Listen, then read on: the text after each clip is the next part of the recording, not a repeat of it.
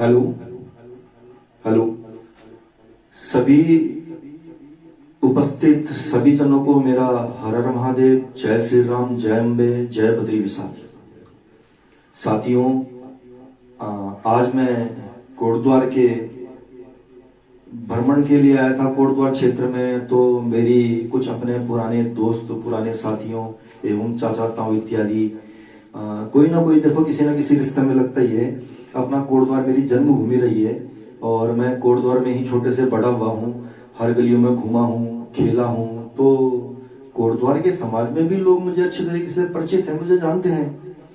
तो मैं अपने कुछ मित्र दोस्तों के साथ बैठा हुआ था जो कांग्रेस पार्टी के भी हैं, कुछ ने भाजपा ज्वाइन किए, कुछ क्रांति दल के भी हैं, कुछ जो है आप पार्टी के भी हैं। ये नई नई पार्टी भी उभरी है उत्तराखंड में। तो इन सभी लोगों से मैं मिला था समूह में। तो इन सबने मुझसे कहा था कि और ज्योतिषाचार्य जी क्या हाल चाल है आपके। मैंने कहा कि जी भैया मैंने ठीक है यार, सब कुछ बढ़िया है। अपने दोस्त है मिलने जुलने वाले मेरे। तो कुछ इनमें बड़े भी हैं, कुछ इनमें छोटे भी हैं, कुछ मेरे हम उम्र भी हैं। तो उन्होंने मुझसे एक प्रश्न पूछा कि आपकी ज्योतिषी क्या कहती है, आपकी ज्योतिषी क्या कहती है। मैंने बोला किसके बारे में।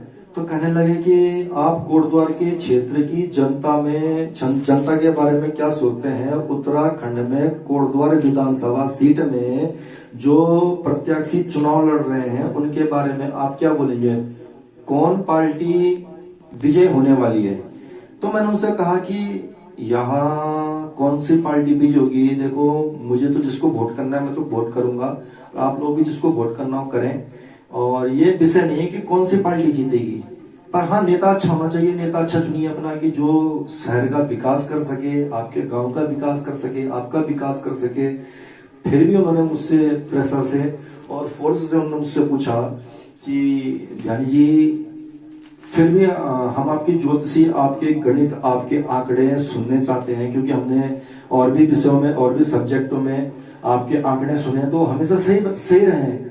तो आप राजनीतिक क्षेत्र में भी अपने आंकड़े बताइए। तो देखो मैं किसी पार्टी पक्ष का नहीं हूँ और ना मैं कांग्रेस का हूँ, ना मैं भाजपा से हूँ, ना मैं आम आदमी पार्टी से हूँ, ना उत्तराखंड क्रांति दल से हूँ। मैं एक आप जैसा सामान्य व्यक्ति हूँ। तो दोस्तों उन्होंने मुझसे जब प्रश्न किया और कुछ साथी मेरे पास में बैठे हुए भी हैं जो आप पार्टी के नहीं, कांग्रेस पार्टी और बीजेपी पार्टी दोनों पार्टी से हैं, और मैं इनका नाम नहीं लूंगा। और मेरे पास कुछ नेताओं के आंकड़े भी हैं जिनमें मुख्य है चुनाव लड़ने वाले कोटद्वार विधानसभा क्षेत्र से। कोटद्वार विधानसभा से भाजपा प्रत्याशी हैं श्री रितु खंडूरी जी, दीदी हमारी खंडूरी जी की लड़की। और कांग्रेस से प्रत्याशी है सुरेंद्र सिंह नेगी जी, और निर्दलीय प्रत्याशी है धीरेन्द्र सिंह चौहान जी। इन तीनों ही धुरंधर नेताओं में टक्कर है कौन उत्तराखंड कोटद्वार विधानसभा की सभा का नेतृत्व करेगा। अभी इन तीनों की ही दावेदारी है और ये तीनों ही दावेदार में पूर्ण रूप से सक्षम भी है कि जो कोटद्वार की राजनीति का नेतृत्व कर सकते हैं, कोटद्वार के समाज का नेतृत्व कर सकते हैं। तो देखो हमने आंकड़े लगाए कुछ जन्म तिथि के आधार पर और प्रश्न कुंडली के आधार पर कि किसकी सरकार में जो है उत्तराखंड विधानसभा में कौन चुनाव लड़ने वाला है, कौन चुनाव जीतेगा।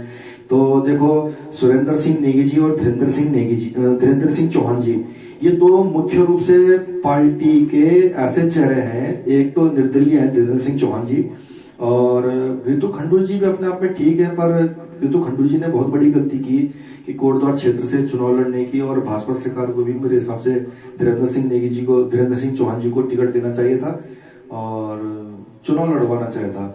तो मेन टक्कर जो रितु खंडूरी जी के भी जो ग्राह है वो बड़े प्रबल हैं। रितु खंडूरी जी भी बड़ी होनहार प्रत्याशी हैं और स्वभाव की भी बहुत अच्छी हैं। जो हमने इनके बारे में सुना, मैं एक बार मिला भी था इनको हनुमंती के क्षेत्र में, इनसे मुलाकात हुई थी मेरी कभी किसी कार्यक्रम के दौरान। तो मुझे इनका व्यवहार भी ठीक लगा था। और परंतु अब क्या चाहिए, कोटद्वार की जनता चाहती है कि हमारा जो विधायक हो वो हमारे शहर का हो, हमारे जिले का हो, हमारे क्षेत्र का हो, हमारे से परिचित हो। तो परिचित तो देखिए दो ही विधायक है, सुरेंद्र सिंह नेगी जी और धीरेन्द्र सिंह नेगी जी। और इन दोनों के ही जो ग्रह है भारतीय ज्योतिष के अनुसार, जो इनके ग्रह चाल है, जो इनके गोचर ग्रह कह रहे हैं, वो ग्रह बड़े मजबूत हैं। रितु खंडूरी से भी ज्यादा मजबूत है। तो सुरेंद्र सिंह नेगी और धीरेन्द्र सिंह चौहान जी में ही पूर्ण रूप से टक्कर है। सुरेंद्र सिंह नेगी जी की बात करें हम कुंडली में, तो ये देखो जो मैं आंकड़े बता रहा हूँ इसमें बुरे मानने वाली बात नहीं है।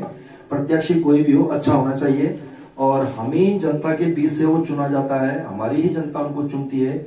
अगर मैं कांग्रेस को वोट करता हूँ तो जरूरी नहीं कि भाजपा वाले मुझसे नाराज होंगे, मेरे जीवन भर काम नहीं होगा, ऐसा नहीं होता। ये हमारी गलत धारणाएं होती है। और मैं बोलूं कि मैं भाजपा को वोट करूंगा तो कांग्रेस वाले नाराज होंगे, कांग्रेस वाले मेरा कभी काम नहीं करेंगे, ऐसा नहीं होता है। ये केवल 14 फरवरी तक ही रहेगा कि मैं कांग्रेस, मैं भाजपा, बाकी सब फिर गले में हाथ डाल करके वही साथ में चाय पीना, वही गलियों में घूमना, वही रोड में चलना, वही गाड़ियों में साथ घूमना। तो मैं बात करूं सुरेंद्र सिंह नेगी जी की, तो सुरेंद्र सिंह नेगी जी और धीरेन्द्र सिंह चौहान जी दोनों प्रत्याशी ही प्रबल दावेदारी कर रहे हैं अपने अपने सीट से। एक निर्दलीय से कर रहे हैं, एक कांग्रेस से कर रहे हैं। एक का चुनाव चिन्ह हाथ है जो है सुरेंद्र सिंह नेगी जी, और एक का चुनाव चिन्ह है सिलेंडर जो है धीरेन्द्र सिंह चौहान जी। इनका पूर्व में भी इनको सिलेंडर चिन्ह मिला था, और ये जीतते जीतते रह गए थे। इनको हम बाजीगर भी कह सकते हैं, और ये अपने क्षेत्र के बाजीगर भी हैं, मैं जितना इनके बारे में जानता हूँ। सुरेंद्र सिंह नेगी जी की बात करें तो सुरेंद्र सिंह नेगी जी जो है बड़े सज्जन व्यक्ति हैं, अच्छा स्वभाव है इनका, मिलनसार स्वभाव है, कुशल व्यवहारिक है, सामाजिक है, व्यक्तित्व के धनी है, मिलना जुलना बातें करना ये बहुत अच्छे तरीके से जानते हैं। किसी के साथ घुलना, किसी के साथ मिलना, कुछ काम निकालना, है ना, किसी के लिए कुछ काम करना, ये बड़े अच्छे तरीके से जानते हैं।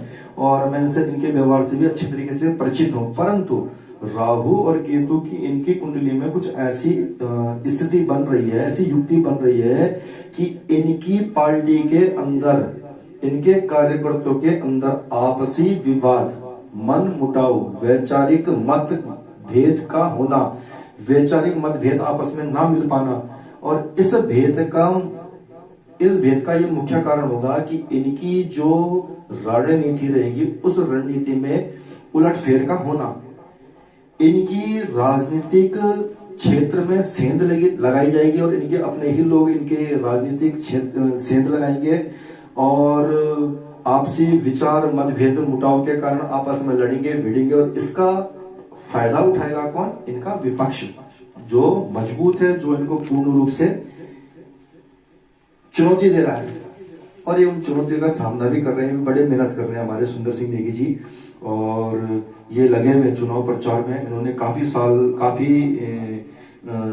इन्होंने मेहनत की है अपने क्षेत्र में, और लगे हुए भी मेहनत में। पिछली बार ये चुनाव हार गए थे, वही पैरासूट विधायक आए थे भाजपा के, और भाजपा के पैरासूट विधायक ने इनको बहुत जबरदस्त मौत दी थी, और इनको रण में जो है परास्त कर दिया था, और ये हार गए थे, और हरक सिंह जी जीत गए थे, वो पैरासूट विधायक थे।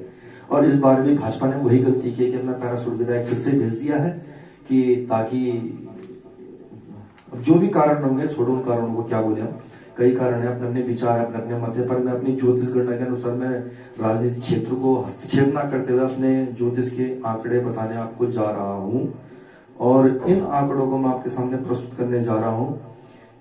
वैचारिक मतभेद के कारण बड़ा उलटफेर होगा, इनके बड़े बड़े समीकरण फेल हो जाएंगे, इनके बड़े बड़े समीकरण, बड़े बड़े आंकड़े जो इन्होंने सोचे थे वो कुछ अलग ही रहेंगे, और इनको कुछ अलग ही फल की प्राप्ति होगी, और इनका शत्रु पक्ष के ऊपर बड़ा प्रबल रहेगा, और इनको कहीं ना कहीं से हानि पहुंचाने की कोशिश करेगा।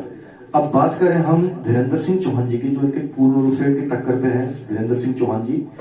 तो धीरेन्द्र सिंह चौहान जी की भी जन्म तिथि, जन्म कुंडली मेरे पास आई थी। किसी मेरे परम मित्र, मेरे बड़े भाई साहब के समान, और मेरे चाचा जी के समान भी लगते हैं वो, मैं उनका नाम नहीं लूंगा यहाँ पे क्योंकि वो सार्वजनिक हो जाएगा। तो उन्होंने भी मुझे ये कुंडली भेजी थी, और धीरेन्द्र सिंह चौहान जी के बारे में पूछना चाहा, तो उन्होंने धीरेन्द्र सिंह चौहान जी के बारे में मुझसे पूछा। तो मैंने बोला कि भाई ठीक है, आप पूछ सकते हैं, ऐसा है। तो वो मैं आंकड़े आपके सामने प्रस्तुत कर रहा हूँ। तो ग्रह गोचर के अनुसार, भारतीय ज्योतिष के अनुसार, इस बार धीरेन्द्र सिंह चौहान जी का राजनीतिक क्षेत्र में जो ग्रह चल रहे हैं वो अति प्रबल चल रहे हैं, इनका अति प्रबल राजयोग बन रहा है। चौहान जी सरल हृदय के व्यक्तित्व हैं, जो मैं इनको जानता हूँ, मैं इनको पर्सनली भी जानता हूँ। जनहित में इनकी सामाजिक प्रतिष्ठा बहुत अच्छी है। इनकी जन्म कुंडली के अनुसार, ग्रह गोचर के अनुसार, धीरेन्द्र सिंह चौहान जी कोटद्वार की राजनीतिक में बड़ा बदलाव लाने वाले हैं, बड़ा उलटफेर करने वाले हैं। और ये एक ऐसे शख्स होंगे कि जो परिवर्तन लाने वाले हैं वो पूरा उत्तराखंड देखेगा, पूरी लोकसभा विधायक इत्यादि जो भी हैं, पूरी राजनीतिक पार्टियां इसको देखेंगे। कोटद्वार का चुनाव ऐसा चुनाव होने वाला है जो ऐतिहासिक होगा। इनकी जन्म कुंडली में पूर्णतः राजयोग बन रहा है। चौहान जी भारी मतों से विजय होने जा रहे हैं। और चौहान जी की बात करें हम कि चौहान जी जो है कि अपने विजय लक्ष्य को प्राप्ति करने वाले हैं। और विपक्ष के जो समीकरण होंगे आने वाले टाइम में, लास्ट दिनों के, लास्ट के 2 दिनों में, मतलब 13 और 14 के दिनों में बड़ा ही उलटफेर होने वाला है। और धीरेन्द्र सिंह चौहान जी को भी बड़ा सचेत रहना चाहिए इस टाइम पे, और सेंध लगाने के लिए भी इनको पूर्ण रूप से तैयार रहना चाहिए। अपने शत्रु पक्ष के क्षेत्र में घुसने के लिए और उस पर घुसपैठ करने के लिए भी इनको पूर्ण रूप से सचेत रहना चाहिए और इनको करनी चाहिए। देखो इनको कुछ लोग प्रत्याशी जो है, कुछ इन प्रत्याशी को, धीरेन्द्र सिंह जी को प्रत्याशी को कुछ कार्यकर्ता इनको विपक्ष के भी सपोर्ट करेंगे। भीतर, जिसे बोलते हैं हमारे राजनीतिक क्षेत्र में, राजनीतिक भाषा में बोलते हैं कि भीतर घात का होना, तो भीतर घात होगी और इनको उस चीज का, चौहान जी को इस चीज का फायदा मिलने वाला है। और बाकी हम बात करें कि ये कोटद्वार की जो धीरेन्द्र सिंह चौहान जी की जो जीत होगी, अगर ये अपनी सीट निकाल लेते हैं तो ये एक ऐतिहासिक जीत होगी। कोटद्वार की सभी आम जनता समुदाय इनके ऊपर खूब प्यार बरसाएगी। इनको प्यार मिल भी रहा है, पर आखिरी के जो 12, 13, 14 ये तो 3 तारीख होंगी, इनके लिए विशेष मेन तारीखें होंगी। और इसी मेन तारीखों में बड़ा उलटफेर होने वाला है। और श्रीमान श्री आदरणीय धीरेन्द्र सिंह चौहान जी कोटद्वार क्षेत्र से बड़े भारी मतों से विजय होने जा रहे हैं। और यह जीत एक ऐतिहासिक जीत होगी धीरेन्द्र सिंह जी की। और धीरेन्द्र सिंह जी के जीतने के बाद सरकार किसी की भी बने, वैसे तो मैं अपने वीडियो में बता चुका हूं कि सरकार किसके बनने जा रही है, परंतु सरकार किसी की भी बने, चाहे भाजपा की सरकार आए और कांग्रेस की सरकार आए, तो धीरेन्द्र सिंह चौहान जी का मंत्रिमंडल में मंत्री पद भी निश्चित है। और मेरी धीरेन्द्र सिंह चौहान जी को अपने YouTube चैनल के माध्यम से ढेर सारी शुभकामनाएं, और सुरेंद्र सिंह नेगी जी को भी ढेर सारी शुभकामनाएं। आप लगे रहिए अपने अपने प्रचार में, अपने अपने क्षेत्र का भ्रमण करते रहिए, अपनी जनता के बारे में अच्छे विचारों को प्रकट करते रहिए और उन विचारों को लक्ष्य तक पहुंचाने का भी कष्ट करें। ठीक है ना। तो दोनों पार्टियों को मेरा जो है कि प्यार भरा नमस्कार और बहुत बहुत शुभकामनाएं। धीरेन्द्र सिंह चौहान जी को मेरी बहुत बहुत शुभकामनाएं। धीरेन्द्र सिंह चौहान जी, मैं जो देख रहा हूँ और जो मुझे दिख रहा है वह मैंने आपको बताया कि आप भारी मतों से विजय होने जा रहे हैं, आप इतिहास रचने वाले हैं, इसमें कोई संशय नहीं है। कोटद्वार की जनता आपका पूर्ण रूप से समर्थन कर रही है, इसमें भी कोई संशय नहीं है। और कोटद्वार की जनता को क्षेत्रीय विधायक चाहिए भी, कोई पैराशूट विधायक नहीं चाहिए कि जो विधायक आए और झाड़ू मार के चल दे। और पूर्व में भी देखा हुआ है कोटद्वार की जनता ने कि कोटद्वार के लिए किसने क्या किया है, किसने क्या नहीं किया है। और हमने तो धीरेन्द्र सिंह चौहान जी को धरातल पे काम करते हुए भी देखा है।